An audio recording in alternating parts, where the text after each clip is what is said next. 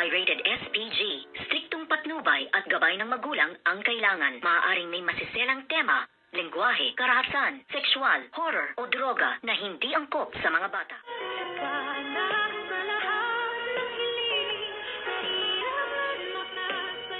Good afternoon and welcome sa aking munting channel. At dito nga ay tuluyan na ngang nahawangan ng TSB virus itong si Doktora Annalyn Santos, na ngayon nga ay confirm na meron na nga siyang virus. At dito ay umubo na nga siya ng dugo at nakita nga ni Dr. Lindon ang nangyari nga kay Doktora Annalyn Santos. At nasabi nga dito ni Doc Lindon na huwag mo nang itago yan dahil nakita ko na meron ngang ubo dugo sa kanyang face mask nang siya ay umubo. At dito naman ay nasabi nga ni Dr. Annalyn Santos na kung maaari daw ay huwag na huwag sanang malalaman ng kanyang tatay RJ dahil nga mag-aalala daw ito. Ngunit hindi naman napigilang mag-alala dito nga si Dr. Lindon Javier na hindi niya nga ito ipaalam dito nga kay Doc RJ, kung kaya't agad-agad niya nga itong tinawagan. At sinabi nga niya dito kay Doc RJ na ito ay sinabi nga sa kanya ni Dr. Annalyn Santos daw ang ipapaalam, ngunit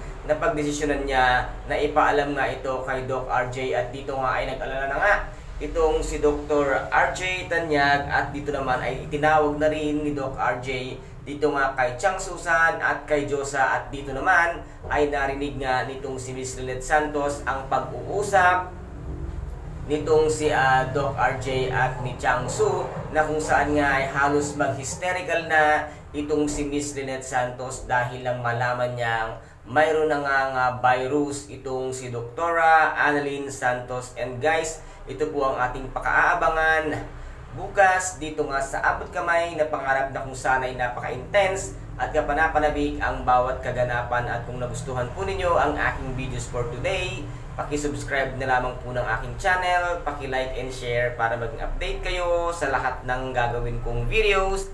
Maraming salamat po. Ingat, God bless and bye-bye!